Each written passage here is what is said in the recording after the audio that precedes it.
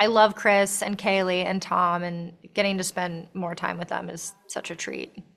Yeah, are those your rankings for them? If I had to, if I got Kaylee right now, went to her face, I said, Kaylee, she ranked you two below Chris. She What would okay, you you say? know what? If you talk to her today, you can tell her that because she's fully aware.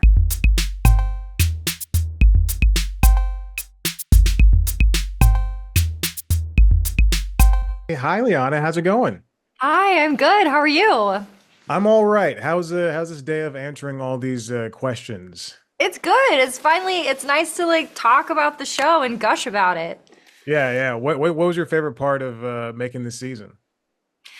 Honestly, I think just getting to hang out with everybody more. First season I was sort of told that my character was a bit of a seed. And then you get to see that storyline bloom a little bit more if we got a season two. So I was very excited to hear we were getting another season and I got to explore that. But also, I love Chris and Kaylee and Tom, and getting to spend more time with them is such a treat. Yeah, are those your rankings for them? If I had to, if I got Kaylee right now, went to her face, I said, Kaylee, she ranked you two below Chris. She What would okay, you you say? know what? If you talk to her today, you can tell her that because she's fully aware that I my love for Chris Messina just has no bounds. I Yeah, just adore him. yeah. And I love He was all of like, them equally. We all have like such different dynamics. And like Tom and I are like goofballs together. Like we're kind of the ones that go around on set and we act like kids, and we're like going up to the PAs and we're like, "What's the hot goss? Like what's going on around here?" And like Kaylee's very much like a sister to me, and Chris is just a beautiful salt of the earth human yeah. being. Yeah. When did you feel that comfortable on set for this show in particular? When were you able to just open up and be as vulnerable as that and be goofy with the PAs and everything? Almost immediately. Mhm.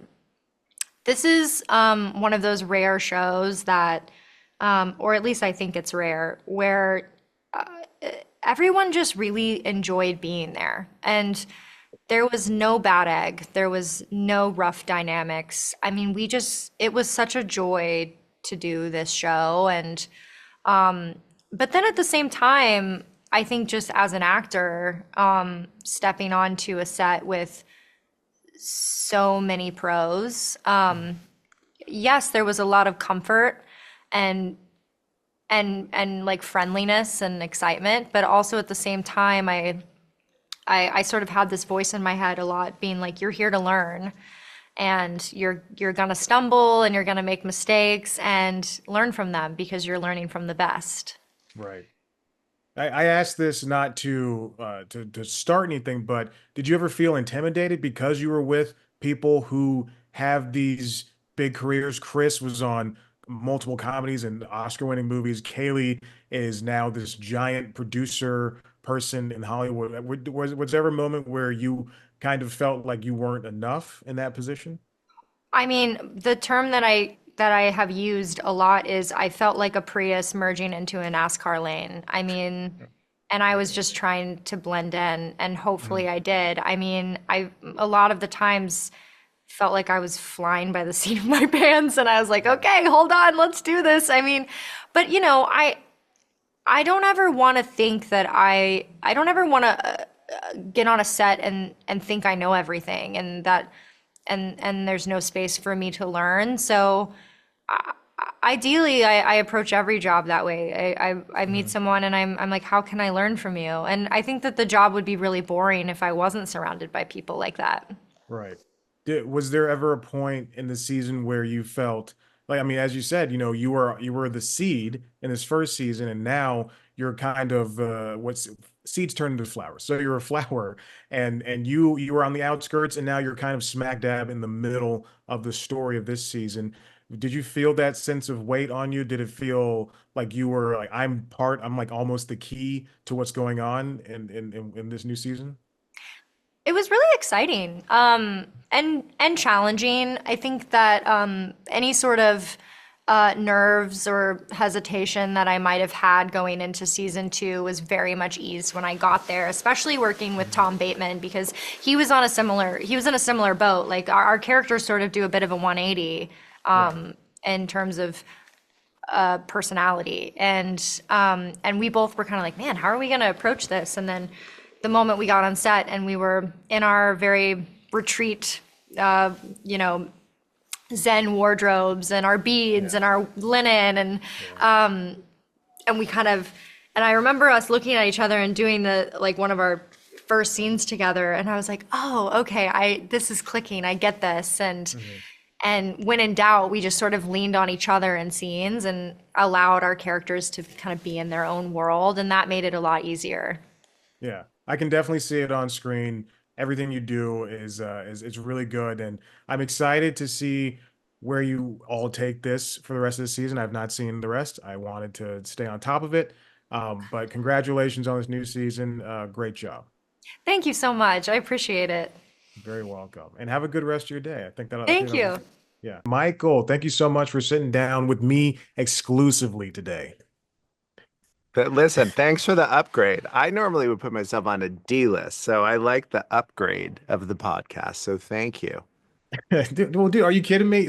Looking at all of your credentials, there's no way I put you on a D list. At least B tier, B plus, right Okay, there. thank you. B minus. All right, B minus. cool. Yeah. This is your first show, like your first like series that has like a second season. What has that been like? Well, correct me if I'm wrong, first of all, but what's that been like trying to up the ante to follow up that first season? I have to say, I feel like I will never go back. I feel like I've seen the light because what's you literally at the end of a season, more often than not, you feel like, how am I going to do this again? I miss these Mhm. people. We just had the best time making something and we made it, hoping that the audience really loves it. And on this Yeah. one, literally the end of season one was a blast and Kaylee turning to everybody saying, "Oh, I have to go have a baby." And then she has a baby 10 days later.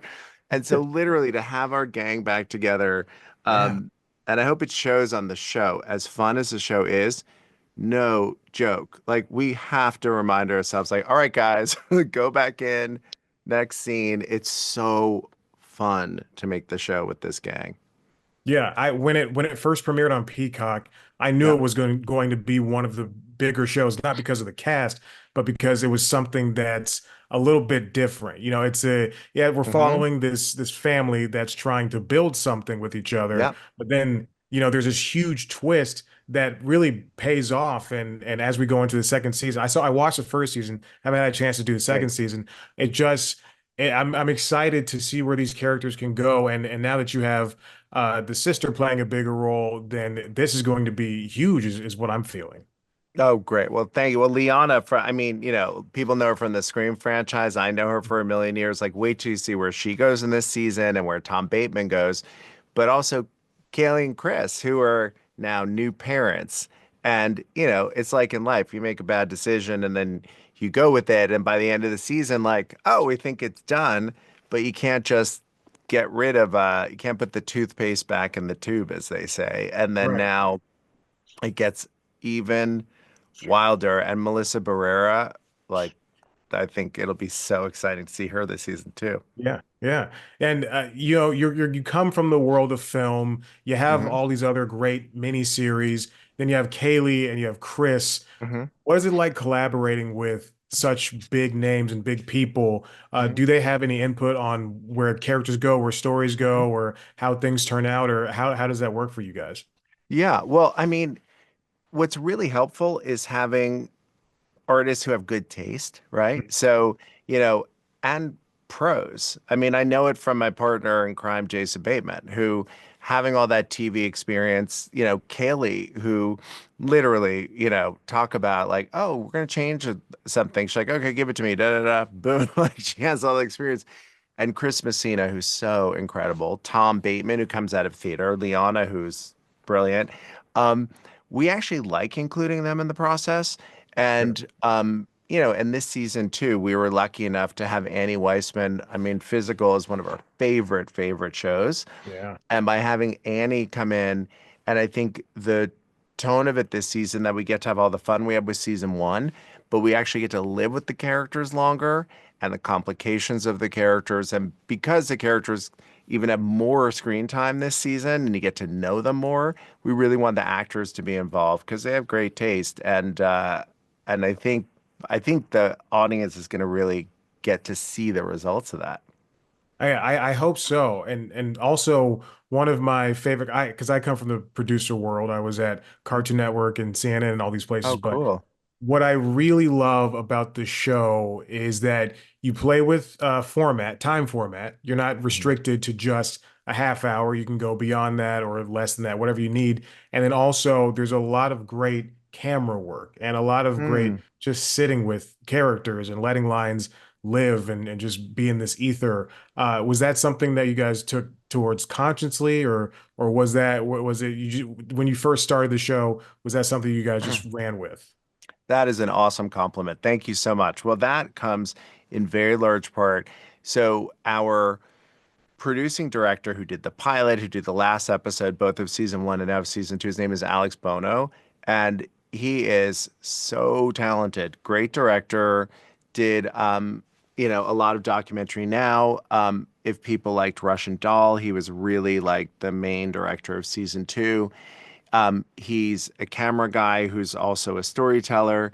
So Mm, he said in the very beginning, like, let's have fun. I mean, we're in a genre. This is true crime. Let's have fun with the pulpy nature of it. Let's yeah. have fun with the Hitchcockian um, element of it, and then the reality base of real life of being in LA, we would laugh and call it our sunshine noir, which it really hopefully feels like. And I'm so thrilled that you see that in the show because that's the thing. Like if somebody doesn't pick that up, you enjoy the show, but hopefully really there are baked in layers here so Mhm. you can kind of take in and enjoy as much of it as you want. Because let's be honest, how lucky are we? We got to enjoy it with this great group of artists. And for us, it was fun of like, how do we keep pushing it? And Peacock was an amazing partner. They were like, yeah, push it. Like, let's be original. And that visual aspect of it was a huge part of it.